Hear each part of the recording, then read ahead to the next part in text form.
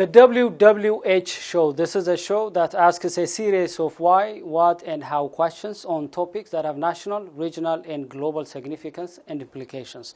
Today we have such a topic to talk about: why the diaspora's advocacy efforts to bring freedom, democracy, and justice in Ethiopia haven't bore fruit yet. In this studio, I have the privilege to talk to Lulit Mesfin. She's a long-time activist in the diaspora. Thank you very much, Lulit, for coming to discuss about this important topic with me. Thank you for having me. So this is great to talk about why the diaspora's advocacy efforts haven't bore any fruit. The first question is, however, why you entered into this activism? Why do you commit yourself, your time to promote and advocate for freedom, democracy, and justice? Well, personally, I believe advocacy is a very important issue for the Ethiopian diaspora to work on. What started my advocacy effort, or my activism, was I was in Ethiopia in 2005, from I think January to March, and there was just something very different about that election. People were motivated. They have had enough with the regime that's really misruling Ethiopia. And there was just something very energized. Of course, the people who were running the CUD Assegid were very capable people. And so I could see why people were energized. And so when I came back, I started, following the election very strongly. I mean, I was just hooked on it, and I was telling my friends, there was just something really different about these elections. Of course, then sometimes our society being very fatalistic, it's like, well, nothing's going to change, it's not going to happen. I said, no, I don't know, but there's just something really different about this election. So when I came back, the election happened. May 15th came, and it happened, and the election was CUD won. But it was stolen in daylight robbery, and I became very angry. I was just completely outraged when it was stolen just right away from the hands of people. And so that started my activism. And the more the TPLF regime started committing egregious human rights violations, which it has been doing that before the election as well, and the more I became passionate about continuing my, starting really strongly my advocacy efforts. So that's how it started. And that's the obvious reason. But also it has to do a lot with the way I was brought up, and also my Catholic school education. I went to an all-girls Catholic school in Ethiopia from first grade to the 12th grade. And so that Catholic ethos of social responsibility, social justice, you are your brother's keeper, you're your sister's keeper, and nobody should be really tolerating human rights abuse in Ethiopia or anywhere, has always been a strong motivating factor for me. I believe human life is sacred. We are all creations of God. My faith teaches me that. And human life is sacred, and each person has dignity as well as inalienable rights when we are born. And no earthly power has any power to take that rights away from us. I was also in Ethiopia. I came to the United States in 2005, end of March. So I was there. I have seen the enthusiasm. I was also part of a political party leadership, so I contributed something towards that election. But as you said, it was stolen, and it was really very disappointing to see that the country could have shifted its course, and we could have a better democracy, a better country by now. But unfortunately, TPLF, they didn't want to share power, so they killed people, jailed people, and took away the votes of Ethiopians. Also share your points of view about how people are, how individuals are sacred. I mean, each individual is the image of God. I agree with you. And I'm glad that, people like you, Christians, at the same time, they have this value of the dignity of the individual. Unfortunately, I see some people, they are religious, they know God, but they violate the dignity of the individual, and also they look, they look from far to see when the dignity of the individual is taken away. So if I believe that I am, as an individual, I have dignity, I am the image of God, I should believe that each and every individual is the image of God, has dignity, and I should respect that. And also I should say something, contribute my share when I see the dignity of the individual is taken away from them, regardless of whether they are the same with me in terms of my religious belief, or whether they agree with my political ideologies, idols or not. But we don't see that from many people. That's why a dictatorial regime like the TPLF still rules this country. People, they don't want to invoke those moral values they have been brought up. Those moral values they have been taught by their spiritual leaders. Anyways, the diaspora's advocacy effort has not succeeded as it should be. So what is the reason why the diaspora advocacy efforts couldn't be able to bear fruit? First of all, I just want to say about the election. TPLF lost, as far as I'm concerned, or most people are concerned. So it was for them to give power. It wasn't for them to share power. They didn't do that because they had the guns and they could kill people. Now, I don't agree with the premise that the diaspora advocacy effort hasn't borne fruits. We've done a lot since 2005. The CUD leaders were released because of our advocacy effort. I mean, the whole Ethiopian diaspora was very, very organized after the election was lost and people were killed and rounded up. I mean, for all intents and purposes, Meldes declared a state of emergency, and it was the country was put under, under his command. The army was put under his command. If you remember, if you were here, then in 2007, we were very instrumental in passing HR 2003. The Ethiopian Human Rights, Democracy and Accountability Act, and that was no small feat. Okay, it was a tremendous accomplishment to me because I was very much involved and I knew the kind of work it took to get that. And we're going toe to toe with the vulture, the DLA Piper lobby firm. It's one of the biggest and the most influential in Washington. And it was led by ex-House Majority Leader Dick Armey. And TPLF was paying them like $50,000 a month. They spent millions of dollars to derail HR 2003. It passed the House. Unfortunately, it didn't make it to the Senate because the Senate, works by a different rule. Anyway, one of the senators there, Senator Inhofe, Oklahoma, he was very pro-TPLF, and he could hold anything, and so he killed it. But it was an accomplishment for us. Well, I definitely know. I agree that there are some successes. I know that. There are questions that I would like to ask you about some of the success stories of the diaspora. So there are people, individuals like yourself who committed their time, resources, and energy to advocacy in the diaspora, and we believe that there are successes. My question about why it hasn't, bore fruits is about expectations. So far, the TPLF looks like winning some donor organizations and succeeding in convincing key players in the global arena that support this government. And it looks like we are losing many fields, many opportunities. And it looks like we're not well organized as a diaspora. So we're not achieving as much as we should achieve. Otherwise, there are successes. So it's like looking into ourselves and admitting that, okay, we're not successful because of this and this. So I just want us to be honest with ourselves and say that, okay, of course, nobody is to be blamed. So we as a community, we have to take that responsibility. We couldn't be able to succeed as we're supposed to. So what are those reasons why the diaspora's advocacy works are not succeeding?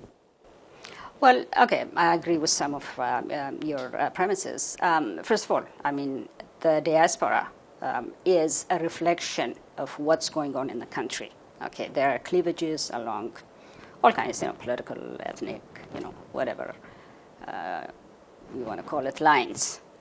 So we haven't been clear about our message. We haven't been clear about our vision for the country. Your vision might be diametrically opposed to my vision for a future Ethiopia. So when we do advocacy work, if our message is, you go, let's say you go to your senators, I don't know, where do you live, Maryland or Virginia? Okay, you go to Senator Ben Cardin's office and you tell him one story, and then I go the next day and I tell his foreign policy advisor a different story. So these people get confused and they don't know how to help us. So our message is not the same. And then, of course, being who we are, we carry a lot of baggage. They don't want to hear about our personal animosities and in terms of politics, in terms of this and that. So there's no message clarity when we go to do our advocacy work. Okay, to me, when I say there's human rights violations in Ethiopia, it's Ethiopia proper. It includes everybody. I don't care if you're a man or a woman or this ethnic group or that ethnic group. Okay, the fact of the matter is there is human rights violations in Ethiopia, and that encompasses everybody. But when we fragment these issues along ethnic lines, they don't, nobody wants to hear that. And so that's our failure. We have a weakness. Also, I think we need to realize that the diaspora is a supporting cast. The main actors are the Ethiopian people. Because most of the time, people ask, what are the Ethiopian people doing to free themselves from this fascist regime? See, the answer is in Ethiopia. So it's not the diaspora that's going to change. Of course, as you know, countries have interests, not friends. Okay, so the U.S., for some reason, disjointed reason, as far as I'm concerned, thinks that it has clearly taken the side of the TPLF. So no matter how many egregious violations there are in that country, they are not going to stand down these people.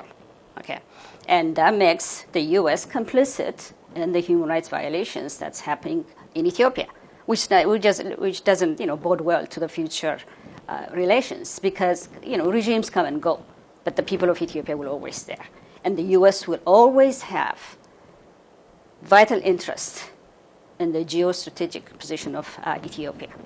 So it behooves also this administration, the next administration, to take a hard look at Ethiopia, unless they want to be complicit, really, in the killings, in the murder, in the torture that's happening in that country. So if I hear you well, that the success of the diaspora is dependent on the success on the ground in Ethiopia, and also the contribution of donor organizations like the United States, because the diaspora by itself may not be able to achieve great results, including bringing democracy, justice in Ethiopia. That's so true. But from the diaspora side, I share with you that if we don't have common vision, we can't really agree. We can't create one front. If we don't have a clear message, we can't really rally people, senators, Congress, and so on. We can't bring them together to join us in the fight against dictatorship. The question is, how can we create that common vision? How can we articulate our message and create one front? Well, I think we have to learn to collaborate with each other. We don't have any other option. There's one country, that's Ethiopia, and we're all citizens of that country, as far as I'm concerned. Okay, and we have to have a vision of, let's forget about past grievances. Grievances happen all over the world. Okay, there are a lot of grievances in this country. People were enslaved. People who look like you and me, they were enslaved. They couldn't go to restaurants in D.C., and they built this country. This country was built on slave labor. And they had to be humiliated, and they went through a lot to get to where they are now. So the civil rights movement didn't just happen with people just sitting around and, moping and whining. And so in our community, we have a lot of issues that we whine about. Then then after you whine about it, then what are you going to do about it? We have no other option but to work together. We have, just like, we need to form alliances with outside groups, strategic alliances with international human rights groups, other think tanks. We have to be able to sit down with each other and talk with each other. There's no dialogue right now. Some people, even if I'm willing, to reach out, there are certain groups that wouldn't let you. It's like, oh, well, our problem is different. No, your problem is not different. So let's take this discussion a little bit further, because there is a clear fragmentation in the advocacy work of the diaspora here in the United States, at least. So why the diaspora advocacy efforts are fragmented? What are the main issues that divide us? Because if we divide, we can't stand. If we can't stand, we can't succeed. So can we be bold enough to mention some of the things that fragment us, divide us? Okay, one of the things is we're fragmented along ethnic lines. Ethiopia has always been a mosaic, conglomerate of different ethnic groups. All of a sudden, if you are Oromo, you're supposed to hate the Amhara. If you're Amhara, you're supposed to hate the Oromo, and so on and so forth. To even talk about it just takes my breath away in this 21st century. It's like, going back to the Stone Age.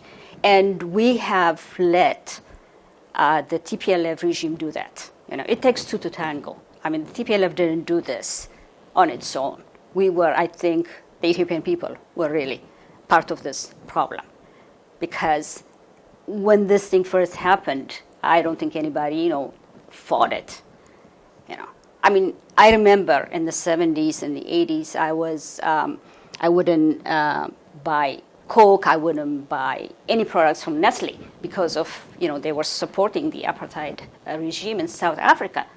And when the same thing happened in our country, we were seeing it, and it just seemed to me like nobody was saying, no, you can't do that. The TPLF did that for its own agenda, because these people went into the bushes, not to free Ethiopia, but as Tigray People's Liberation Front, so that they could secede Tigray from Ethiopia, which doesn't really, make sense to me to this day. And so they still haven't changed their name. They're still the TPLF, even as a party. They've been governing, now for 24 years, and they still haven't even changed their name. It's still the Tigray People's Liberation Front. So I think the Ethiopian people, I don't know, we didn't fight hard enough, to say, no, you can't do that. Because Ethiopia is a mixture of different ethnic groups, you always have, if you and I walk down the street, you look at me, I look at you, other than to say, oh, she looks Ethiopian, I wouldn't know what your ethnic background is, and the same with you. So for us to be fragmented along those lines, it's just... Lulit, I'm like you. Even some of my friends call me, you are naive, you are out of touch, because I have many friends. Sometimes after 5 years, we chat about something and their ethnic or their background comes up, and we say, oh, you're from this. Because I didn't care about the ethnic background of my friends. I can give you a good example. One day I was chatting with one of my friends, and she said a full statement in Oromia. And I said, oh, you speak Oromia? Because, I was from Harar. Many people, even if we are, background Tigray or Amhara, we speak Oromia, or at least understand Oromia. So I was surprised, and I said, oh, you speak Oromia? So she said, why you are surprised? I said, I never knew that you could speak Oromia. She said, you didn't know that I'm Oromo? I said, no, because her name doesn't tell she's an Oromo. But she said, so you have been friends with me without even knowing my background, my ethnic background? No, I was friend with you because you are a good human being, you are supportive, you are very helpful. That's why I'm your friend. not because of your ethnic background. So she laughed about it. Okay, Assegid, you are naive. You think that you don't care to know about people's background, but people question your background before they partner with you. They want to know your ethnic background. I was shocked and I was surprised, because I understand if it is in Ethiopia, I understand, because the media, the education system, all those fundings, projects and so on, the TPLF uses to create this kind of division among the people. And I understand if somebody is bought into this kind of division and focus on somebody's ethnic background to partner or to befriend. But in the diaspora, this is the 21st century. As you can see, America, she brings people from different religious background, ethnic background, racial background, and so on. That's their advantage. They use diversity to their own competitive advantage in the world. That's why they are superpower. Why we Ethiopians in the 21st century living in the most powerful country that's so diverse, and we think about ethnic background before I become a friend or before I partner with someone else. But you and me and other people, many people really, we may not care about it.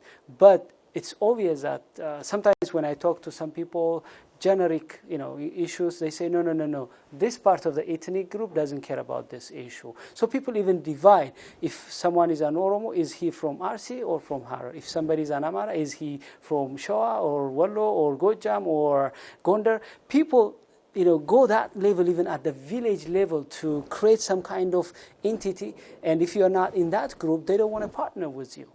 And now I shock when I find that. So while we are fragmented like that, because I'm boldly speaking this thing because some people may be uncomfortable about this, but we have to talk about it. Unless we talk about it, we can't fix this fragmentation, this division. Let's talk about it. Why should we in the 21st century care about our ethnic background to work with others, especially now while we are governed by this kind of fascist TPLF government? Why should we divide ourselves into ethnic lines and then allow this government to rule us for 24 years, and it's going to continue to lead as far as we divide ourselves? We should really let go of some of our differences, find fronts.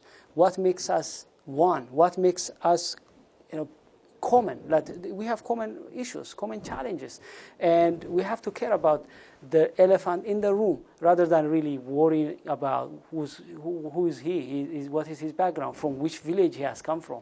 It's really ridiculous for me, and it sabotages our struggle to free Ethiopia from dictatorship. I totally agree. I think we become, unfortunately, very mean-spirited and small-minded people. We just refuse to see the bigger picture and who benefits from this fragmentation. Exactly. These people have been there 25 years. That was their master plan. It worked for them wonderfully. So who is the loser? Everybody else, and people don't see that. And it really irks me so much, because especially sitting here, what is an American? He's a Polish, he's a German, he's Italian, he is French. There's no such thing as, an American. But they have a vision of that country. They believe in one democracy, in one, country. So you and I don't have to be of the same religious affiliation. We don't have to have the same religious affiliation. We don't have to have the same ethnic. I mean, at the end of the day, we both bleed the same. The blood that's going to come out if we scratch ourselves, it's red. It's red for you, it's red for me, it's red for the other person. So, and plus in Ethiopia, everybody is mixed. I have Oromos in my family. And how do in other tribes? So, how do you why do you go to the lowest human denominator and say, well, because you're this, because you're that, I'm not going to speak with you, or I'm not going to work with you, or I'm not going to talk. It just doesn't make sense. I think sometimes I think we just need, each one of us really need to sit down and take stock of what's happening around us. dialogue would be perfect. I hope after, you and I finish this conversation, people will watch it and they'll be motivated to say, okay, let's talk about it. Yeah, let's talk. Talking should we divide into ethnic lines? Because in Ethiopia, it may give sense because the media, everything is controlled by TPLF. They want it. But in the diaspora, we have new challenges in the United States. We have to create front, even as Ethiopians, to tap into the advantage, the opportunities that exist in the United States. But if we're not creating that community, strong community compared to other communities, they come together, they voice their concerns, they tap into the system, they run for office, and they succeed. That really reflects back home into their country. If we become successful diaspora people, we could be able to transfer funds, to transfer technology, to transfer knowledge to our country when one day she becomes free. But right now, we are so divided that we're not even sharing our experiences. We're not helping one another and supporting one another. We are divided alongside ethnic lines. So we should start, as you said, my hope is some of the Ethiopian community organizations may pick up this thing and openly help us discuss. Let's talk about it. Because sometimes this is my understanding. I may be naive. When I think about myself, maybe I'm an Amhara, but I don't think that I'm an Amhara. I don't want to feel like or act like an Amhara. I may be an Ethiopian. I don't want to act and feel like an Ethiopian. I may be black. I'm proud of these things. I may be an African. Great. I am not denying my roots. But I am a human being, first of all. I'm a world citizen.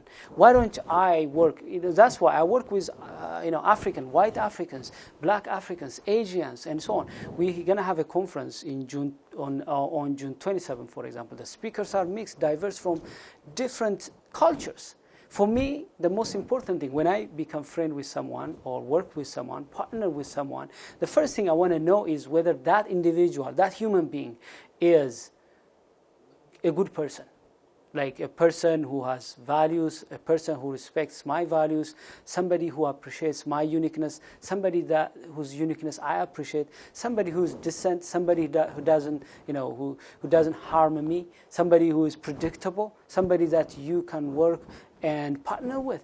I don't care whether that person is white, black, or African, or Asian, or I don't care because we are in the United States. If it was in Ethiopia, of course, Ethiopianism is very important because what I find around me is Ethiopians. I just work with Ethiopians regardless of their ethnic background. I don't want to just say, oh, I only work with Amharas.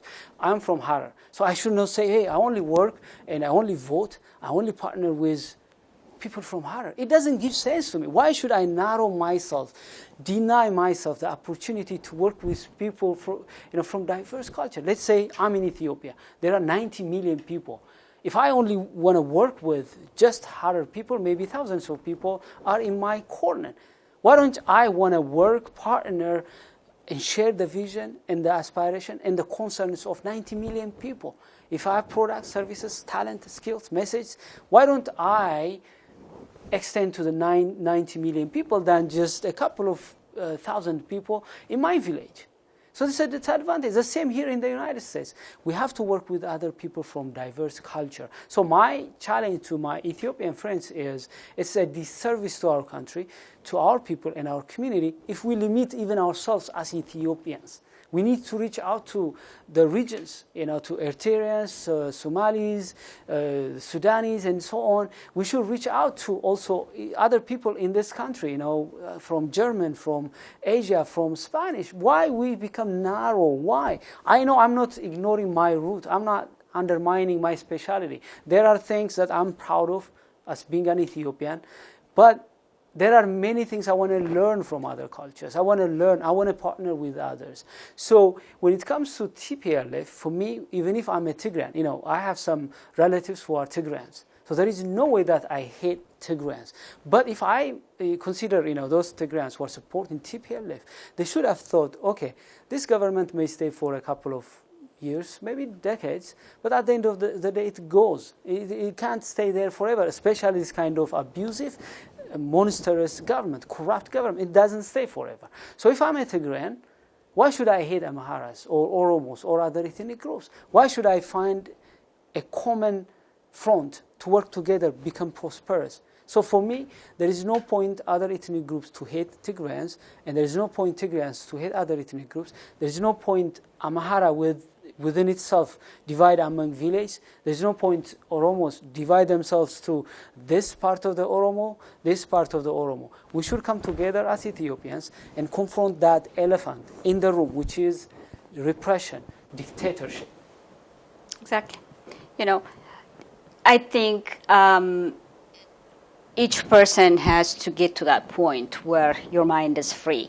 As you said, among the Ethiopian community, we love to be with each other. It is just I've never been like that. So it's almost like because I have friends, so different kinds of people with friends. I like variety. It's just, and that's how you learn. Also, you have to broaden your horizon when you congregate with Laotians, Vietnamese, Jamaicans. I mean, you learn from other people.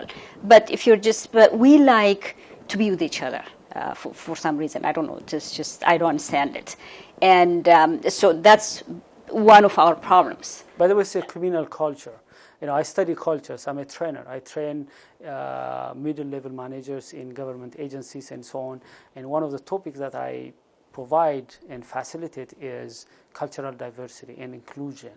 And I provide them some parameters, and I show them the difference between communal cultures and individual-based cultures. So in the individual-based cultures, individuals are unique. So they don't come in communion, in congregation with other people to express themselves, to find their path, to work with others. But in communal cultures like ours, in Asia, in Africa, in South America, we are kind of communal people, which means mostly we prefer to mingle with our likes and then work with the same kind of people, group, rather than bringing our uniqueness, rather than saying that this is my passion, this is my calling, let me work with this person, with this person. Rather, we try to find a way to folk ourselves, bring ourselves together in group.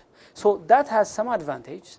It has also some disadvantages, especially in the diaspora. We are living in a different culture, which is an individual-based culture where as much as you bring out your uniqueness, your passion, the more you are rewarded, the more you get incentives. So why should we drop some of those disadvantageous cultural attributes that really sabotage our success as a community and as an individual, and also learn and get some cultural attributes from other cultures and grow, as you said, learn and grow. That's for our own benefit, because the more we could be able to communicate cross cultures, the more we could succeed in a different, strange culture. The United States is a strange, different culture for us when we come from Ethiopia, because it's two opposite cultures. But how can we learn from them? How can we keep those great cultural attributes, communal cultural attributes, and because for me, expressing our uniqueness is key, and also finding friendships and partnerships with other people from other cultures is also important.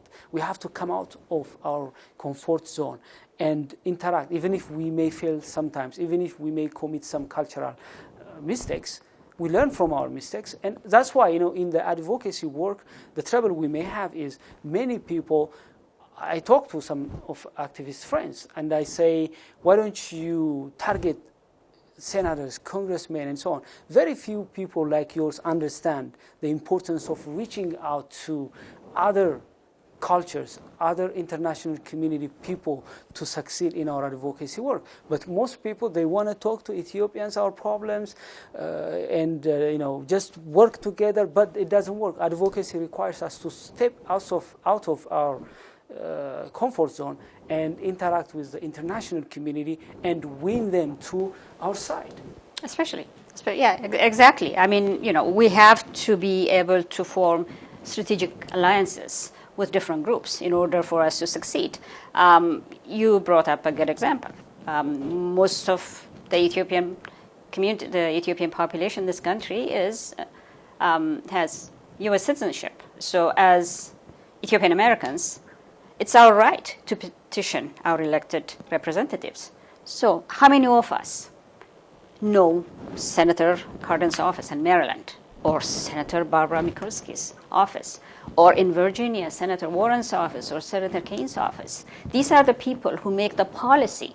Okay, the president might set the policy. You know, it's his prerogative to initiate U.S. foreign policy. But the Congress has as much a way in it, a say in it, because they appropriate the funds. And most of our senators, most of our congresspeople are very receptive to their constituents. And that's how, advocacy work is done. But we don't like to do that. We don't like to come out of our shell, and build relationships, engage in civic, activity. Absolutely, we're just, I don't know why we can't do that. We talk about it. We tell people to do that. It's just so hard. And so that's why I say, when I was in Oregon, right now I live in D.C. proper, so I don't have any senators or I don't have any congressmen, to petition. But I was very active in Oregon. And in fact, I helped pass a resolution on the 74th Oregon legislature in 2007. And it was amazing that most Ethiopians were even afraid to come to the legislature to testify. And then 2 Americans came with me, freelance journalists, to testify on behalf of Ethiopia. That's how much we're afraid to do any kind of advocacy work. So that resolution passed, and it was calling for U.S. It was under the Bush administration to re-examine U.S. foreign policy and to release the CUD people. Which happened, and we don't like to engage in civic activity. We don't like to build relationships with our elected officials. And so, we do our advocacy work. Part of the problem is in a reactive manner, not in a persistent, consistent, sustained manner. Exactly. Somebody gets to jail and, people are in prison every day. Okay, some name, then we jump up. And then after that, we're done. You brought a very important point, because last time when I was interviewing Alison, she mentioned about how we only approach our elected officials whenever we are in trouble or when something shows up. And she suggested that why don't you keep the relationship, the friendship, while in normal time? Why don't you come to my office? I always have once per month coffee session. You can come there. We can talk about your issues, your interests. So you're right. We come out in a reactive way when Ethiopians are affected and brutalized in Saudi Arabia or in Yemen or in Libya. Other time we just sit down there. Whenever something shows up, we react. So let's talk about what are the strengths of the diaspora advocacy works and the weaknesses. And what is one thing that we should improve?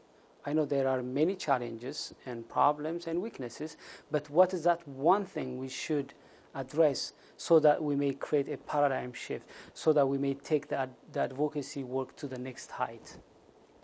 See, our strength is we are very vocal. Everybody knows that. In fact, last month in May, there was a hearing on Rwanda that was in the House, Africa Subcommittee, chaired by Representative Chris Smith.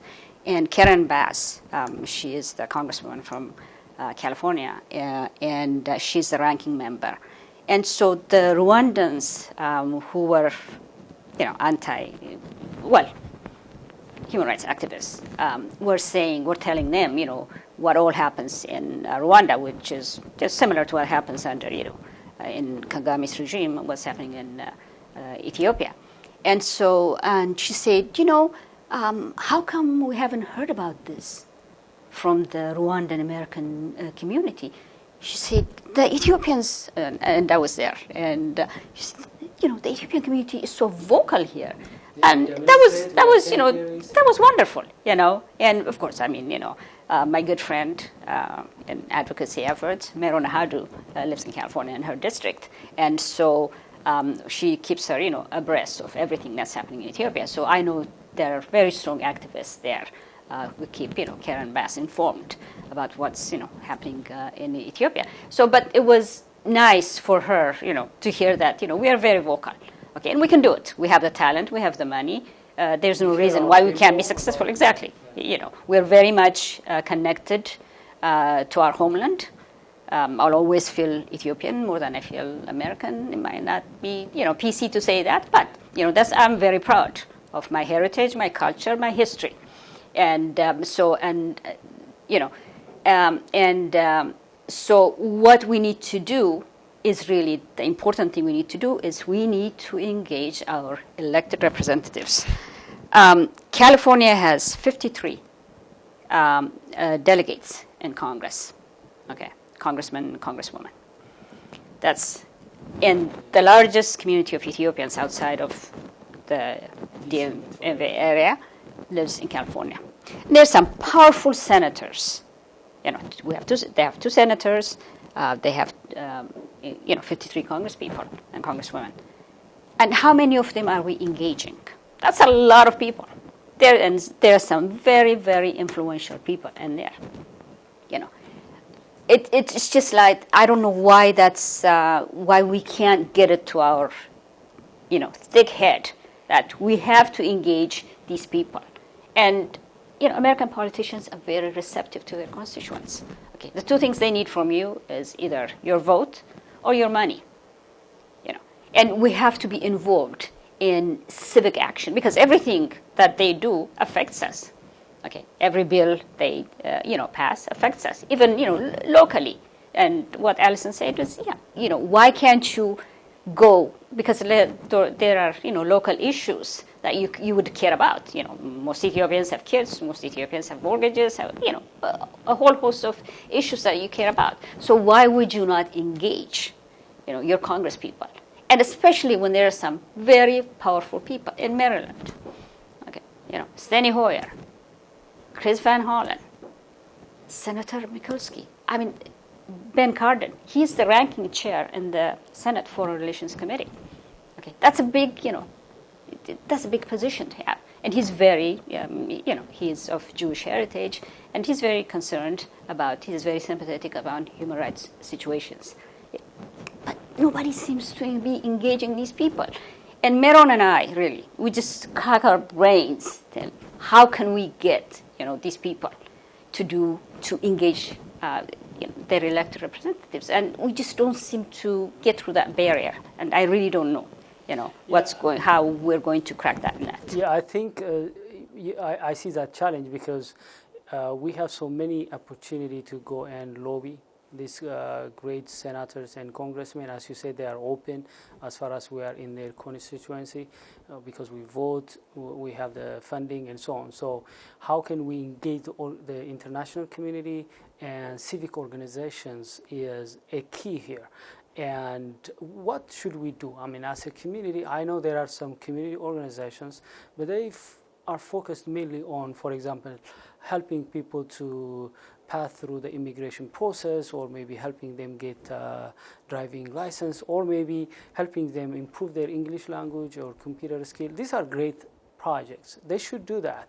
But here is one thing. How can we come together as a diaspora, work together, and increase our advantage in this land by becoming together? So how can we do it? If we don't come together, we can't really succeed in bringing the international community and other civic organizations to back our interests. So how should we change this? How we should really succeed as a community in the diaspora? Okay, first thing we need to do is to have a collaborative effort. I think there needs to be a dialogue between the different communities, between Ethiopians, Oromos, and Ogadenis, and a whole host of other groups that do, and they do. Everybody does, something.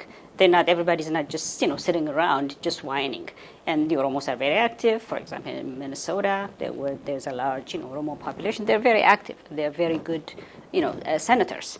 And the Somali, the Ogadeni or Somali activists are very active too, and I've worked with some of them. They're very active. It's just like we just do it in a very fragmented fashion. That's why. First of all, there has to be a dialogue. Okay, there has to be a sense that we're all in this together. So if our end result is to change minds and hearts in this country, then we don't have to like to each other, but our agenda has to be the same, and work together. The point you say that having that common vision, exactly, and having that articulated message together, a common message, a common vision. Yeah, exactly. At least let's not fragment the message and make these people say, we're not going to waste our time talking to these people because, six of them come, exactly. Yeah, that's just a turn off. Okay. If you want to come to me and, three different things. We all say, we need democracy in Ethiopia. When you come into, you have a meeting, you're talking about, completely two different, it's just like, you are from three different planets. And, people are not going to waste their time listening to you, because it seems like, you really don't know what you want. Okay. Now, the Global Alliance for the Rights of Ethiopians, which was established when all that mishap in Saudi Arabia happened, it's becoming an advocacy. It's going to have an advocacy wing. So one thing we're going to do is form chapters in different states so that we'll have message clarity and we'll be able to work on the advocacy effort very strongly. So that's one, good thing that's going to be happening hopefully very soon. And people need to be involved, and we're going to work very hard to get, Ethiopians in different. See, sometimes we just lack that fire in the belly to say that we all complain about, oh my God, what's happening in Ethiopia is just a disaster. Then it's good for you and I to sit, at Starbucks and, talk about this and talk. But after the talk, there has to be some action plan. Exactly. Then, okay, this is the problem. Then, in order to solve it, what should we do? That's where we get stuck. I think sometimes our culture of cynicism, apathy, it's just like, our fatalistic attitude about things, or whatever is going to, nothing is going to change. Well, nothing is going to change unless you do something about it. The TPLF, Wayanis have their lobbyists, okay. All this money that they steal from the people of Ethiopia, it goes into funding, image makers. They're putting, they have all these lobbyists in DC who are trying to, put lipstick on a pig. It's still a pig. Ethiopians, especially in the diaspora, need to realize that they need to do something, because other communities do it. The Jewish community is very, very, very. I mean, we shouldn't even aspire to go there, because this is just, the Armenian American community is very vocal. It's very organized, and they do an incredible, advocacy work. So we can learn from other people, and there are other people who are trying to help us.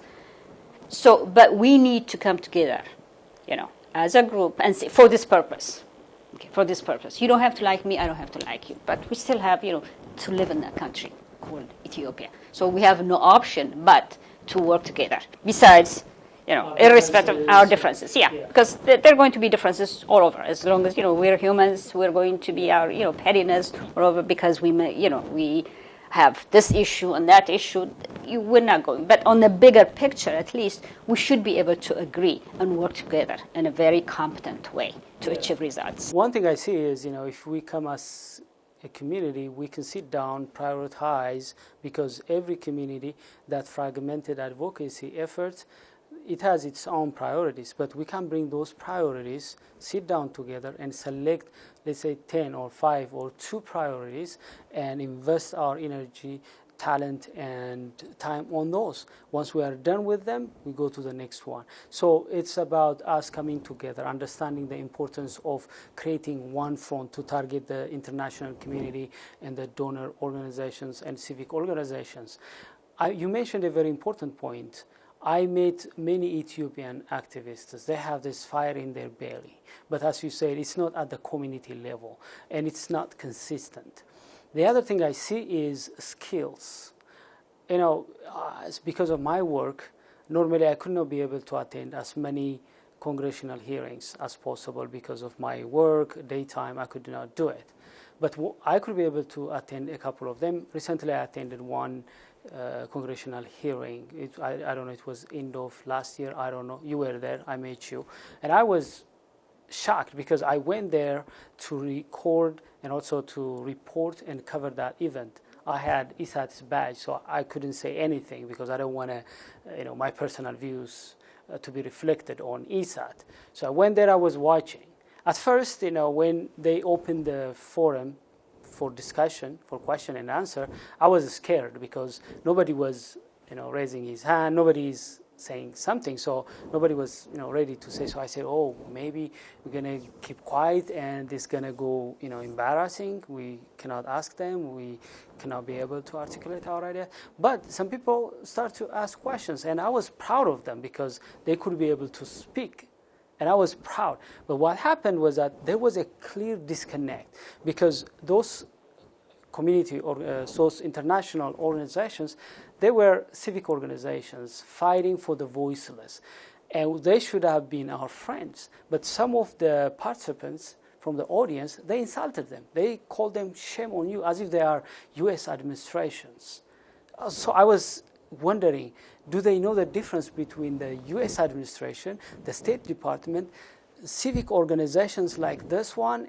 They don't know the difference. If they don't know the difference, why they come there and mess it up? Because it reflects back to us as a community. We don't even differentiate between these right groups, which are fighting, investing their time, energy, and resources for our cause, fighting even with their own administration. Why should we insult them? They are our friends. We should come together with them, appreciate what they do, and if we have any concern, we may have some concerns, we can say it diplomatically, in a friendly way, because we can't have fights everywhere. We have to pick our fights. So I see some lack of skills.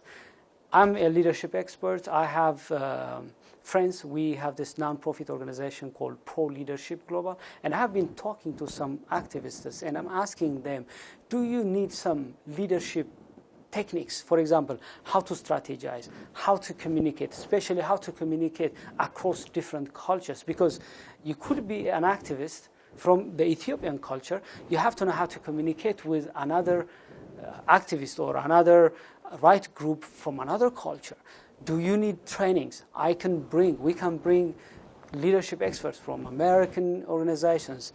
We have available resources. So I was asking, do you need skills? So do you think we need to help some of the activists who need this kind of leadership skills to communicate with right groups, to extend their message in an articulative way, to strategize, prioritize, and have clear kind of directions? Do you think we need to empower them so that when they go out there, we are proud of them, they could be able to achieve their results? Do we need it? Big time. That was, one of the advocacy work that we do. Meron and I had worked on toolkits on, when you go to your elected official's office, how to approach them, how to write a letter asking them for appointments, and once you get there, prepare, your talking points.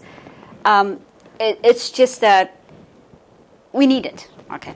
And, as long as people are willing to come to that session, because there's nothing to be embarrassed about not knowing something. We all learn, we wouldn't come up, all educated. We learn. I mean, every day you're living, you learn something new every day. You really do. At least I do.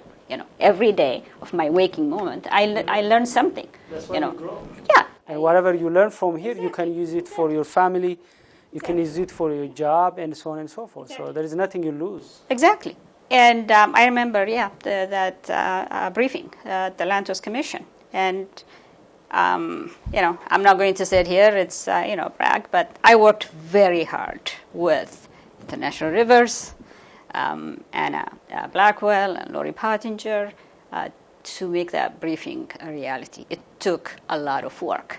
And as you said, that incident that happened, what's so bad about it is, Human Rights Watch people, Felix and Dr. Robert Herman. These are, professionals. They would take it. But that was a very well-attended briefing. There were a lot of staffers there. Okay. What worried me was not about Dr. Herman feeling insulted. He's a professional. He can handle it. He knows there's a lot of frustration in this community. But what really worried me and really upset me was the takeaway from that briefing the staffers will take to their office. It's just like, as you said, these people, these are human rights organizations. I mean, Dr. Herman was there saying if the U.S. continues to support this regime, it's going to be complicit in the human rights abuses that's happening in Ethiopia. That was a very strong word. And here is a man saying that, and and that person almost insulted him.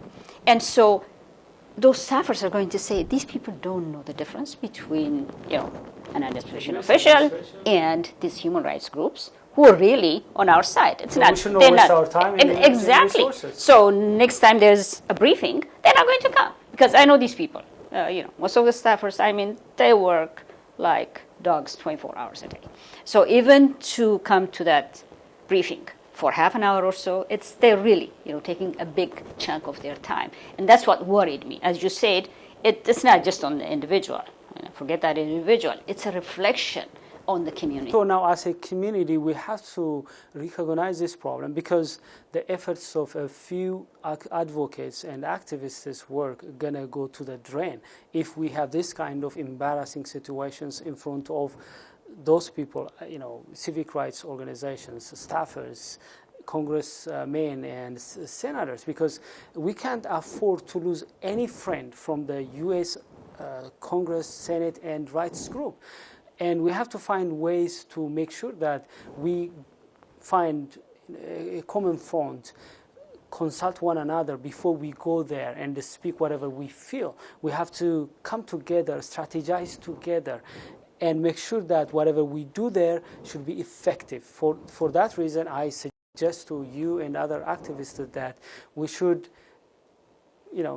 sit together, strategize, identify some advocates, activists, empower them, create some kind of procedures, how to approach this kind of events, and so on, because education, as you said, learning is very powerful, because we are dealing with smart people. We are dealing with people who are well-educated and smart people. How can you just come there casually without being trained, without being skillful? Because they should be impressed.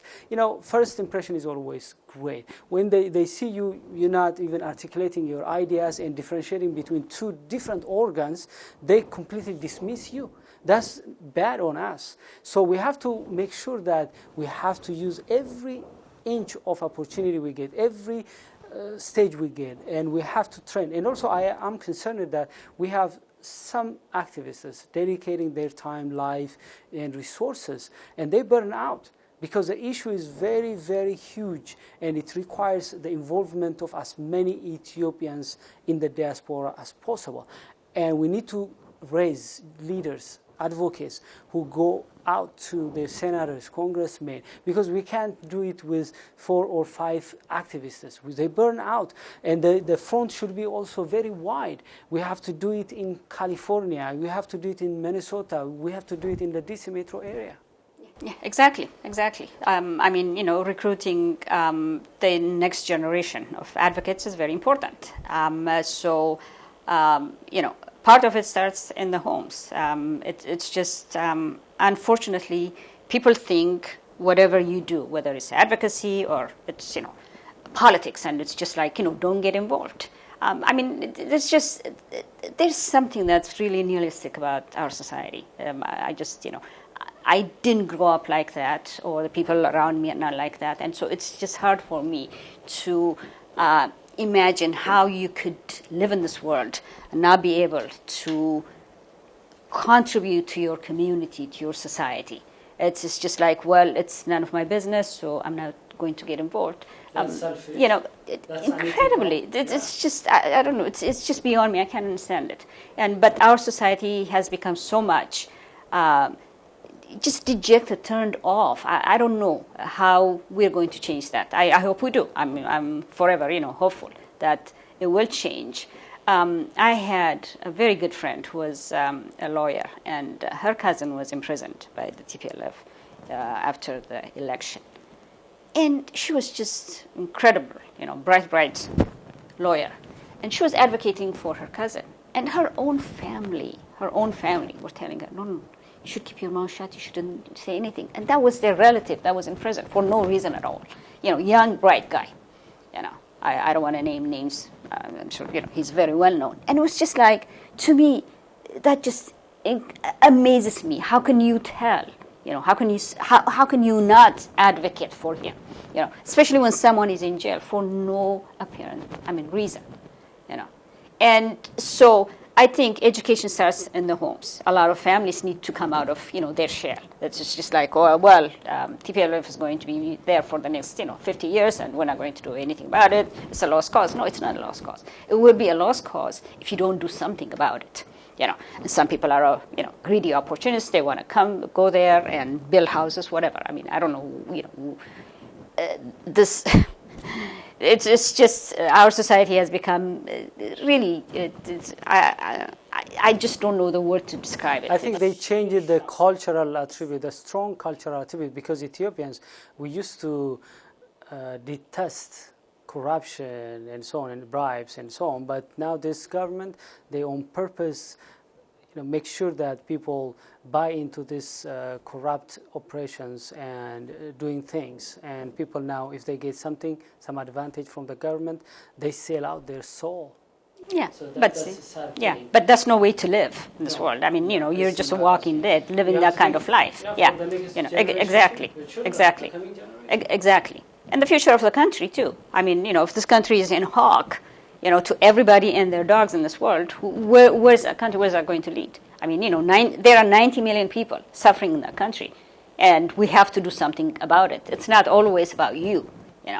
What makes you human is you are your brother's keeper. You are your sister's keeper. Most of these people who are suffering are their relatives too. And so I think we need to recruit. That's what we're trying to do with these chapters in every state that's going to be formed.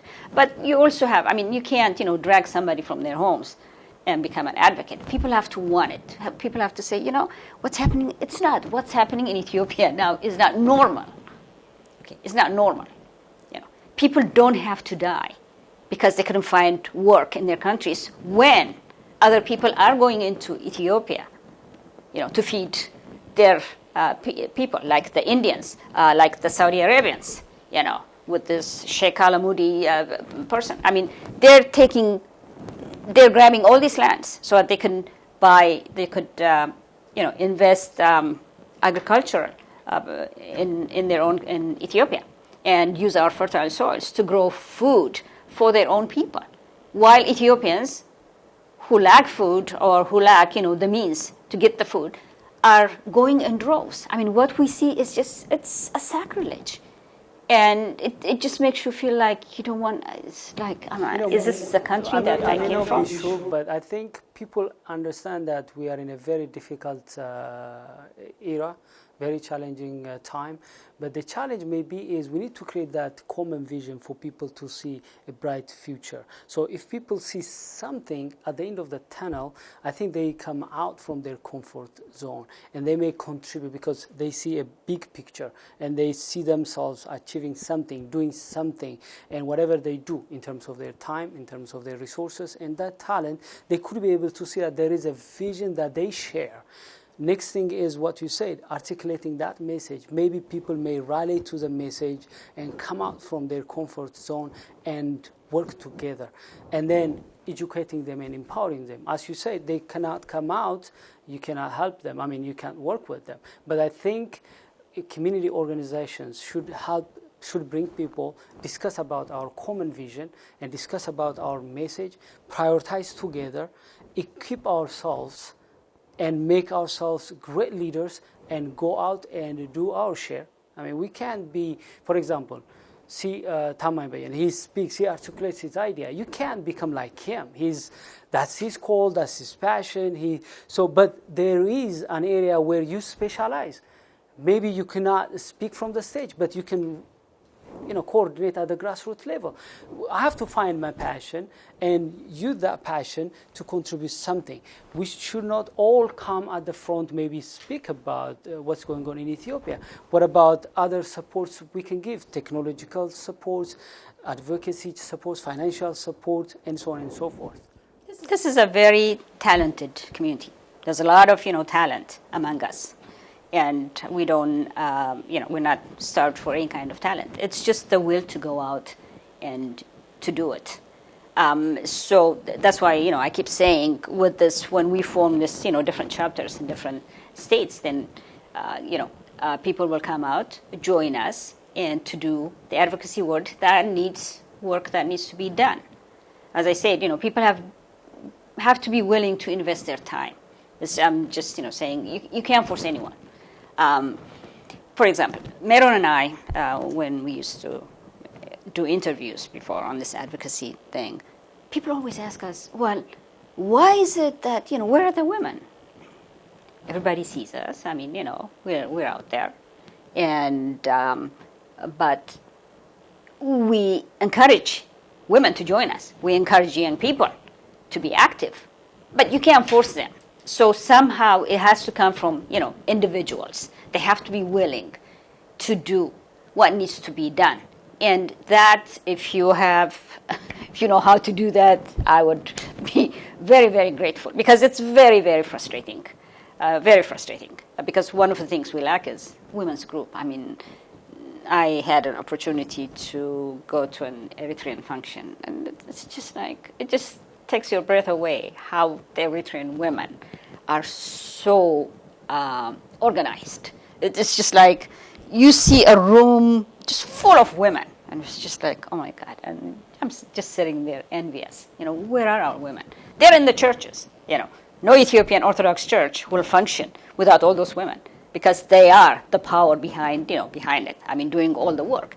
But when it comes to advocacy, even the young ones, it's just, they're not there, and I don't know how to motivate them. I mean, what's happening in Ethiopia, all these egregious human rights violations, the killing, the murder, the torture, that should motivate you to do something, because they don't have to be your brothers and sisters, okay? But those are your people. That's how I see it. In fact, I was just so embarrassed at one time, CBJ guy, Mohammed Kieta, who was the Africa coordinator, he goes to the Hill every time he comes. He was based in New York, he comes here. And every time he comes to DC, he goes and knocks, on doors at every congressional office. And they told him, where are the Ethiopians? And so when I met him, we talked, and he said, Lulit, he said, I see you, but where are the others? And he said, don't people feel that Iskandar could be at the least their brother, or Riot could be their sister? And I stood there and I was just so embarrassed to hear that from a non-Ethiopian, saying that to me. That's right. Iskandar doesn't have to be my blood brother, but he is my brother because he is Ethiopian. And Riot is the same, my sister. So how could I not advocate for her when she's there, suffering with breast cancer? And where is our humanity? I think somehow we've lost it. There's incredible moral bankruptcy and spiritual decadence in our community. And unless we come out of that, I don't know, how. I wish we have more time to discuss about this. So these are the questions we should ask as a community, come together and find solutions. So we cannot really solve these problems, as you can see, with this limited time, but I think these are very powerful questions we should ask ourselves as a community and solve them. We could, because we have the talent, we have the passion, we have the care from each individual. The only problem is we couldn't come together. We couldn't be able to come together. We couldn't really ask these hard questions together. But it's possible to change that. Thank you very much for coming, and I enjoyed our discussion. And thank you on behalf of ISAT and our viewers. Thank you for initiating this conversation. It's a good conversation to have, and so when we need an advocacy trainer, I'm happy to know that you are. Yeah, I'm even talking to some advocacy organizations to find for us some support so that we may be the support is out there. to empower, especially in the area of leadership. So I'm available. Definitely. Okay. Thanks very much. Thank you. Dear our viewers, this is my hope that you enjoyed our discussion. You could be someone who is passionate about what's going on in the diaspora, or may not be. You may not know a lot of things about what's going on in Ethiopia or in the diaspora, but you have to really ask yourself, there should be something that you should contribute for the success of the advocacy work in the diaspora that may help something in Ethiopia for freedom, democracy, and justice. And you should not sit aside and watch other people commit their time, resources, and energy. You can contribute your talent, or maybe your resources, or maybe your time. And this is my hope that you may start to think about it and contribute. If you have been doing your best, thank you very much for what you do. Keep on doing, because other people may follow you, and at the end of the day, you'll be proud that you have been keep doing this thing, because it's gonna get results. Thank you very much for watching, and I look forward to you with another program.